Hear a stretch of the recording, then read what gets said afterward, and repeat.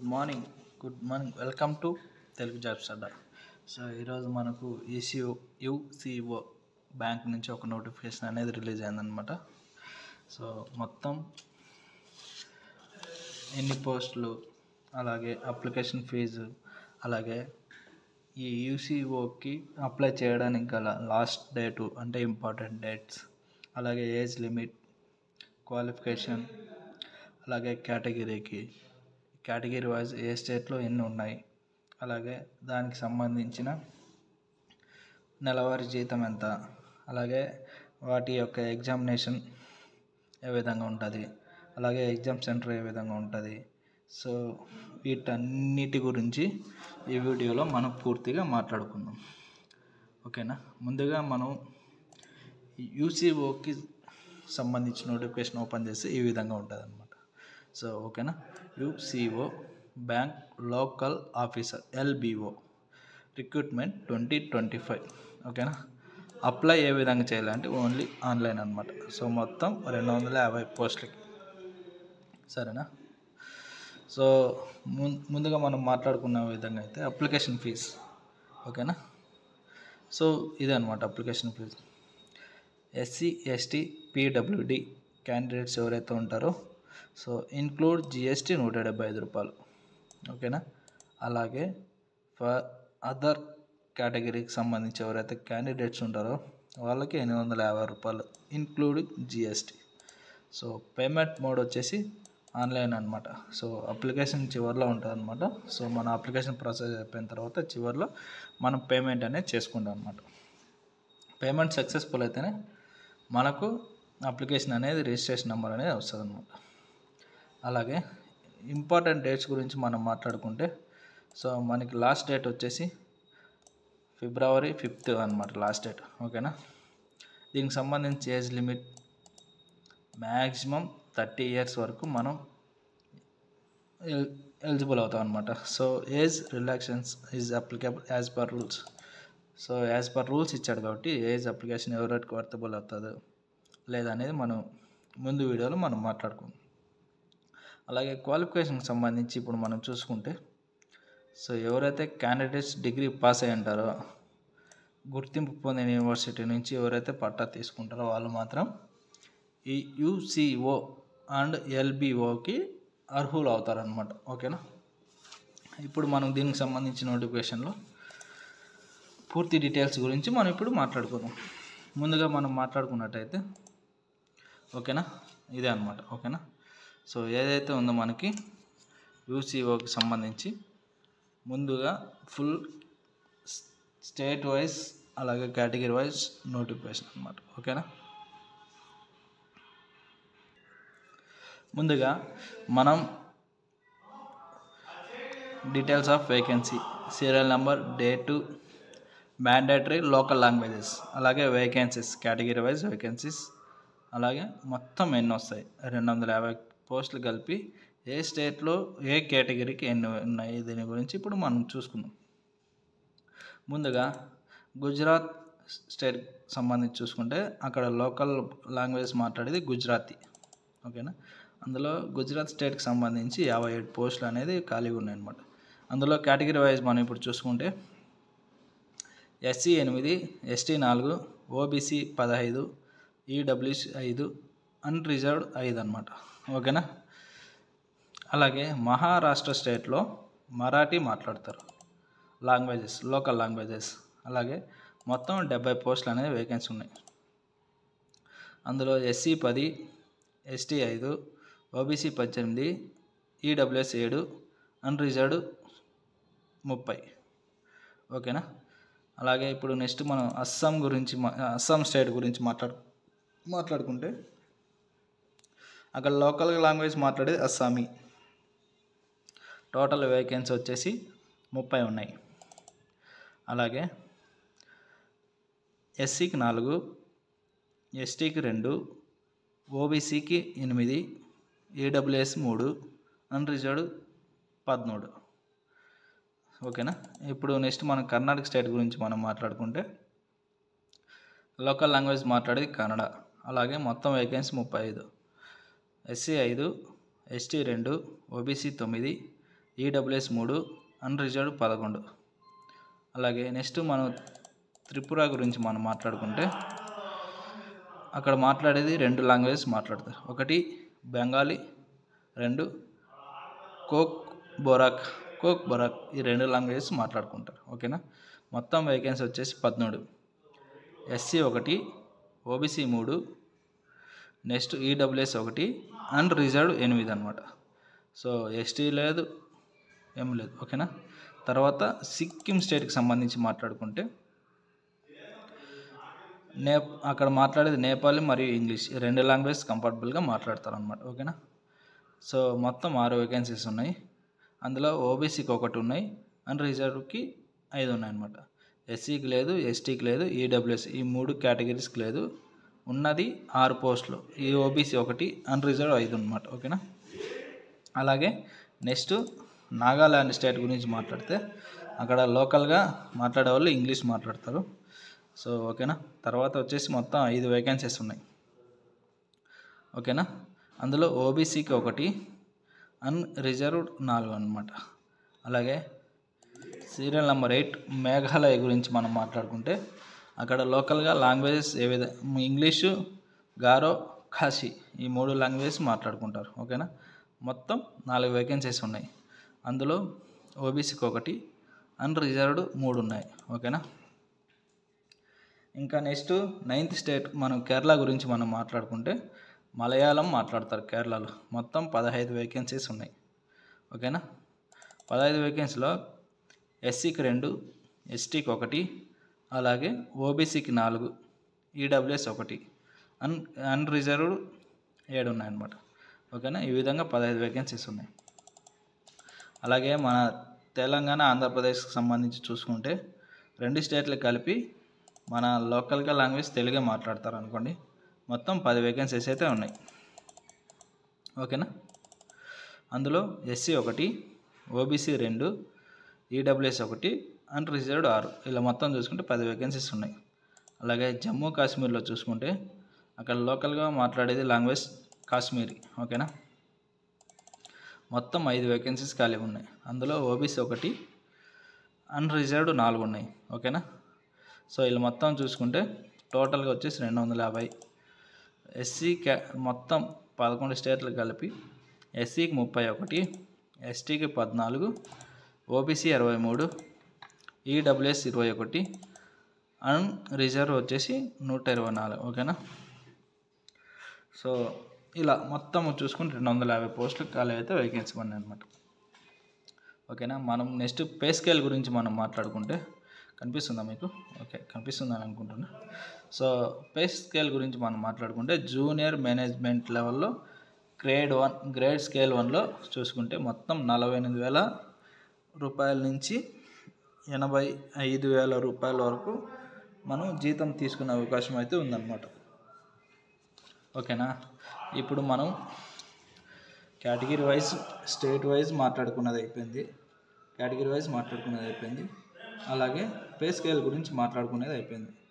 అలాగే క్వాలిఫికేషన్ గురించి, ఏజ్, ఇంకా డేట్స్, అప్లికేషన్ డేట్ గురించి, అప్లికేషన్ ఫీజు గురించి మాట్లాడుకునేది అయిపోయింది. ఇంకా నెక్స్ట్ వచ్చేసి మనకు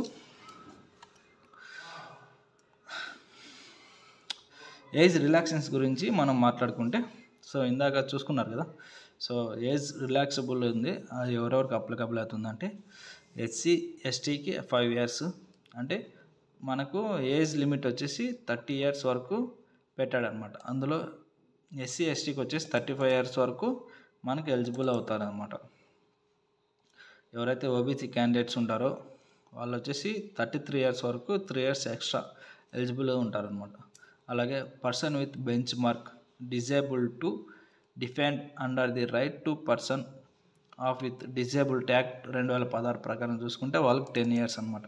సో ఏకంగా 30 నుంచి వాళ్ళకి 10 years అనేది వరకు ఎలిజిబుల్గా ఉంటుంది. 40 years వరకు వాళ్ళు అప్లై చేసుకోవచ్చు అనమాట. అలాగే ఎవరైతే ఎక్స్ సర్వీస్ మ్యాన్ ఉంటారో, గవర్నమెంట్ సెక్టర్లో ఎవరైనా పనిచేసే వాళ్ళు ఉంటే వాళ్ళు వచ్చేసి అప్ టు 5 years, అంటే 35 years వరకు వాళ్ళు ఎలిజిబుల్ అవుతారనమాట. ఓకేనా. అలాగే పర్సన్ ఎఫెక్టెడ్ బై 1984 రైట్స్, ఇప్పుడు దాని గురించి మాట్లాడుకుంటే అప్ టు 5 years, అంటే 35 years వరకు వీళ్ళు ఎలిజిబుల్ అనమాట. సో 35 ఇయర్స్ వరకు వీళ్ళు మనం అప్లై చేసుకునే దానికైతే ఛాన్సెస్ ఉన్నాయన్నమాట. ఇప్పుడు ఇంకా మనం నెక్స్ట్ దేని గురించి మనం మాట్లాడుకుంటున్నామంటే, ఇప్పుడు అన్నీ మాట్లాడేసుకున్నాం. ఎడ్యుకేషన్ క్వాలిఫికేషన్ గురించి ఆల్రెడీ మనం ముందే మాట్లాడేసుకున్నాం. ఎవరైతే గ్రాడ్యుయేట్ స్టూడెంట్స్ ఉంటారో, degree certificate with university recognized of government of India, ఎవరైతే గుర్తింపు పొందిన యూనివర్సిటీ నుంచి డిగ్రీ పూర్తయి వాళ్ళ దగ్గర ఒరిజినల్ సర్టిఫికేట్స్ ఉంటే వాళ్ళు మాత్రం దీనికి ఎలిజిబుల్ అవుతారనమాట. ఓకేనా. ఇప్పుడు మనం ఫీజు గురించి మాట్లాడేసుకున్నాం. ఎగ్జామ్ గురించి ఇప్పుడు మనం మాట్లాడుకుంటే, టోటల్గా మనం యూసీఓ ఎల్బిఓ బ్యాంక్ ఆఫీసర్కి సంబంధించి ఎగ్జామ్ అనేది 4 లాంగ్వేజెస్ అనేది వర్తిస్తాయి అన్నమాట. అందులో రీజనింగ్, కంప్యూటర్ ఆప్టిట్యూడ్ 45 మార్క్స్కి కలిపి 60 మార్క్స్. ఇంగ్లీష్ ఎగ్జామ్ అనేది ఇంగ్లీష్ మరియు హిందీ అనేది మాత్రం ఉంటుంది. ఓకేనా. ఎగ్జామ్ వచ్చేసి సో టోటల్ వచ్చేసి 60 minutes. అలాగే general economy, banking, general awareness. ఓకేనా. దీనికి సంబంధించి total 40 questions, 40 marks, each 1 marks అనమాట. అలాగే ఇంగ్లీష్ అండ్ హిందీలో ఉంటుంది అన్నమాట. మనం ఏది చూసుకున్నా ఇంగ్లీష్ మనకు ప్యాటర్ను, లోకల్కి సంబంధించి లోకల్ స్టేట్, అలాగే ఇంగ్లీష్ అండ్ హిందీ మ్యాక్సిమం మనకి 2 లాంగ్వేజ్లో ఉంటాయి అన్నమాట. ఓకేనా. 35 మార్క్స్, 35 minutes సారీ. అలాగే ఇంగ్లీష్ లాంగ్వేజ్ సంబంధించి 35 మార్క్స్కి 35 క్వశ్చన్స్కి 40 మార్క్స్ ఉంటాయి అన్నమాట. ఓకేనా. 40 minutes టైం ఉంటుంది. అలాగే డేటా అనాలిసిస్, ఇంటర్ప్రెషన్కు సంబంధించి ప్రిటేషన్ 35 క్వశ్చన్స్కి 60 మార్కులు ఉంటాయి. ఇంగ్లీష్ మరియు హిందీలో అనేది క్వశ్చన్స్ అనేది వస్తాయి అన్నమాట. Total 45 minutes. ఇలా మొత్తం అన్ని క్వశ్చన్స్ చూసుకుంటే మనకి 155 క్వశ్చన్స్ కలిపి 200 మార్క్స్ ఉంటాయి. మొత్తం 3 hours టైం ఉంటుంది అనమాట. సో మనం ఈ ఎగ్జామ్ రాసిన తర్వాత మనకి డౌట్ ఉండొచ్చు. సో మనం ఏదైనా మిస్టేక్ చేసినాం అనుకో, ఫర్ ఎగ్జాంపుల్కి ఒక క్వశ్చన్కి రాంగ్ ఆన్సర్ పెట్టినామంటే దానికి ఏమైనా నెగిటివ్ మార్క్స్ ఉన్నాయా లేదా అనేది గురించి కూడా మనం ఇప్పుడు కొంచెం ముందు వెళ్ళి మాట్లాడుకుందాం. ఓకేనా. పెనాల్టీ ఆఫ్ రాంగ్ ఆన్సర్, అయ్యో బాబాయ్ ఉన్నాయి, నెగిటివ్ మార్క్స్ అయితే ఉన్నాయి. So each questions for which a wrong answer has been given by the candidates 1/4 or 0.25 of the marks assigned to that question will be dedicated penalty for arrive to correct score. If a question is left blank, no answer is marked by the candidates, there will be no penalty for the questions. So ఈ question మీకు అర్థమైంది అనుకుంటా. So penalty of wrong ఆన్సర్స్కి సంబంధించి ఎవరైతే మనం exam రాస్తున్నామో వారు కనుక ఏదైనా ఒక క్వశ్చన్కి రాంగ్ ఆన్సర్ అనేది పెట్టారనుకోండి, సో 1/4 అంటే 1/4 ఒక క్వశ్చన్కి 1 మార్క్ అనుకుంటే 1/4 అంటే 0.25 మార్క్స్ అయితే పెనాల్టీ అనేది పడుతుంది అనమాట. ఇక్కడ ఇంకోటి చూసుకున్నారా, క్వశ్చన్కి మనం ఆన్సర్ అనేది అప్లై చేయకపోతే దానికైతే ఎటువంటి పెనాల్టీ అనేది ఉండదు అనమాట. ఓకేనా. కట్ ఆఫ్ స్కోర్ కూడా ఉందండి. So category wise cut off score కూడా ఉంది. సో ఏ కేటగిరీకి ఎంత పర్సెంటేజ్ అనేది కూడా నేను ముందు నేను చెప్తాను. సో ఎండ్ వరకు చూడండి. ఓకేనా. సో ఎండ్ వరకు చూస్తే మీకు క్లియర్గా అర్థమవుతుంది. ఓకేనా. సో మధ్యలో స్కిప్ చేసినారనుకోండి మీకు ఈ వీడియో అనేది పూర్తిగా అర్థం కాదు. ఓకేనా. ఇంకా నెక్స్ట్ వచ్చేసి మనకు document processor, language present, personal interview. ఓకేనా. పర్సనల్ ఇంటర్వ్యూకి సంబంధించి ఇప్పుడు మనం మాట్లాడుకుంటే, సో ఎవరైతే క్యాండిడేట్స్ ఎగ్జామ్ రాసిన తర్వాత క్వాలిఫై అవుతారో వారు మాత్రం ఇంటర్వ్యూకి అనేది పిలువబడుతుంది అనమాట. ఓకేనా. ఇంటర్వ్యూ మార్క్స్ 100 కంటే క్వాలిఫై మార్క్స్ వచ్చేసి 40. ఓకేనా. అలాగే ఎస్సీ ఎస్టీ క్యాండిడేట్కి సంబంధించి 35. సో ఇంటర్వ్యూలో కూడా మనకు కొన్ని మార్క్స్ అనేది యాడ్ అవుతాయి అన్నమాట. ఓకేనా. సో అదర్ క్యాండిడేట్స్ ఎవరైతే ఉంటారో వాళ్ళు 40 మార్క్స్ ఇంటర్వ్యూలో రావాలి. అలాగే ఎస్సీ ఎస్టీ ఓబీసీ క్యాండిడేట్స్ ఎవరైతే ఉంటారో వాళ్ళకి వచ్చేసి 35 మార్కులు సో మన ఇంటర్వ్యూలో మనం తెచ్చుకోవాలన్నమాట. ఓకేనా. మనం ఇంటర్వ్యూకి వెళ్ళేటప్పుడు ఏమేమి తీసుకుని వెళ్ళాలి. ఓకేనా. వ్యాలిడ్ ఇంటర్వ్యూ కాల్ లెటర్, ఎవరైతే మన ఎగ్జామ్ రాసిన తర్వాత మనకు ఒక కాల్ లెటర్ అనేది వస్తుంది అనమాట. ఓకేనా. మనం ఎగ్జామ్ క్వాలిఫై అయితేనే మన కాల్ లెటర్ అనేది ఇస్తారు, అది ఒకటి ఒరిజినల్ తీసుకొని పోవాలా. ఓకేనా. System generate without online application from recognized recruitment process.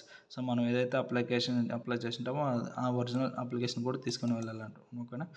So proof of date of birth certificate, so Aadhaar card కానీ పాన్ కార్డ్ కానీ, సో మన 10th మార్క్స్ కార్డ్ కానీ ఇవి కంపల్సరీ ఉండాలన్నమాట. ఓకేనా. అలాగే ఫోటో ఐడెంటిటీ, రీసెంట్ ఫోటో అనమాట. ఓకేనా. అలాగే mark sheet for education qualification. ఓకేనా. సో మనం ఏదైతే 10th కానీ ఇంటర్ కానీ డిగ్రీ కానీ సో చేసింటామో అవి ఒరిజినల్గా ప్రూఫ్గా తీసుకొని పోవాలన్నమాట. ఓకేనా. అలాగే కాస్ట్ సర్టిఫికేట్, ఎస్సీ ఎస్టీ ఎవరైతే కేటగిరీ వైజ్ ఉంటారో వాళ్ళు అనమాట. ఓకేనా. ఎవరైతే ఈడబ్ల్యూఎస్ ఉంటారో వాళ్ళు, అలాగే పర్సన్ విత్ డిజబిలిటీ. ఓకేనా.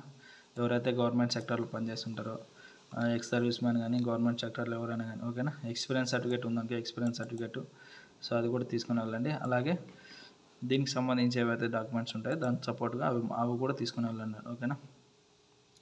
ఇందులో ఏది మిస్ అయినా కూడా మనకి ఇంటర్వ్యూకి అనేది అటెండ్ చేయాలన్నమాట. ఇది గుర్తుపెట్టుకోండి. Candidates will not be allowed to appear for the interview if she fail to produce the relevant eligibility documents as mention above.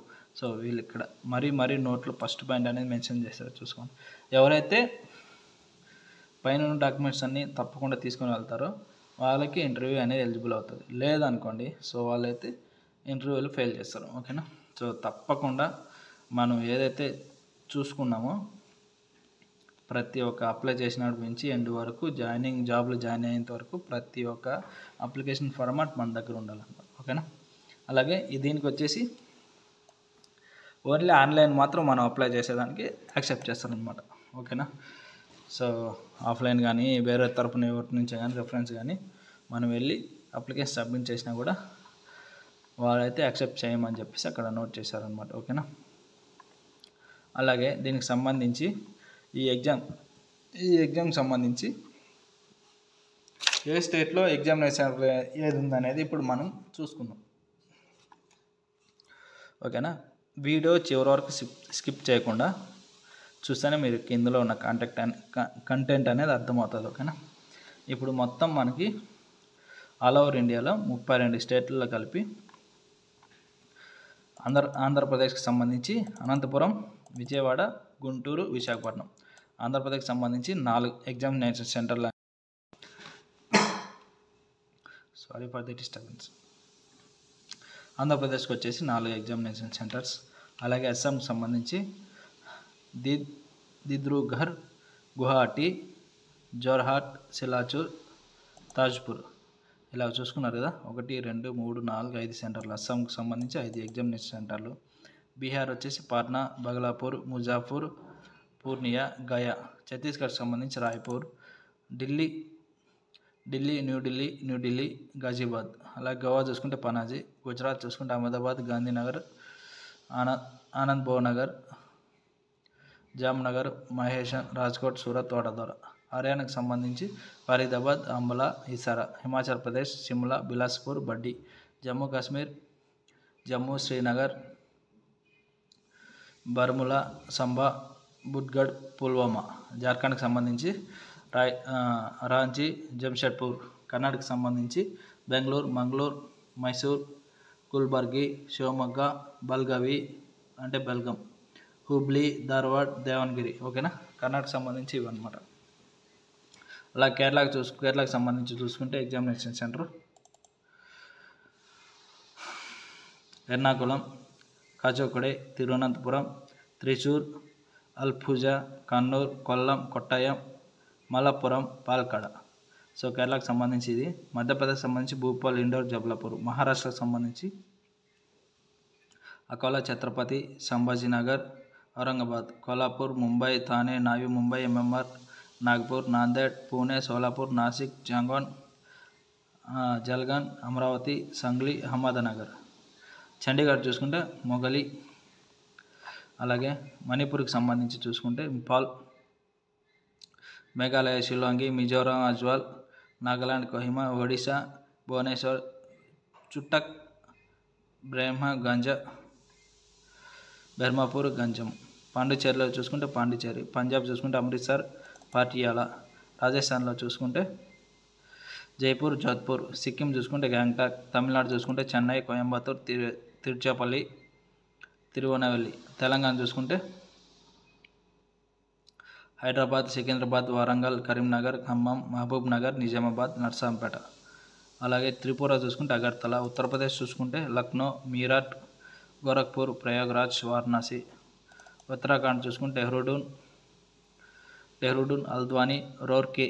West Bengal చూసుకుంటే కోల్కతా, గ్రేటర్ కోల్కతా, దుర్గాపూర్, సిలిగుర్, అస్నోల్స్, బుర్ద్వాన్, హుగ్లీ, కళ్యాణి.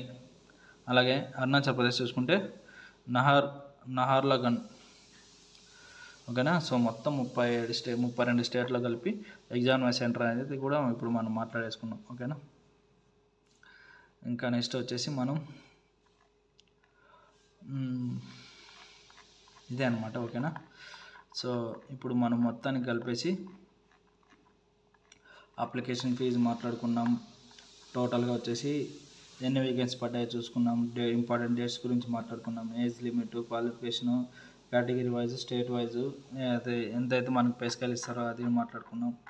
సో ఇలా మొత్తం అన్నీ మాట్లాడేసుకున్నామని చెప్పేసి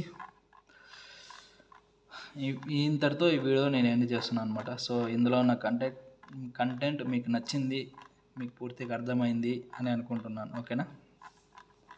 సో ఏదైనా ఒక వీడియో మనం చూస్తున్నామంటే అది చివరి వరకు చూడండి, ఎందుకంటే అది అందులో కంటెంట్ ఏముందో మనకు తెలియదు కదా. సో స్కిప్ చేస్తూ మనం చూస్తున్నాం అనుకో, సో మధ్యలో ఏమైనా ఇంపార్టెంట్ పాయింట్స్ ఏమైనా మిస్ అవ్వచ్చు మీరు. ఓకేనా. సో అలా మిస్ అవ్వకుండా ఉండాలంటే మనం ఏదైనా కానీ ఒక వీడియో పూర్తిగా చూసేటప్పుడు కంపల్సరీగా మనకు చివరి వరకు చూడండి. ఓకేనా. సో ఇంతటితో నేను ఈ వీడియో క్లోజ్ చేస్తున్నాను అనమాట. సో ఇంతటితో ఈ వీడియో మీకు నచ్చింది అనుకుంటున్నాను, అర్థమైంది అనుకుంటున్నాను.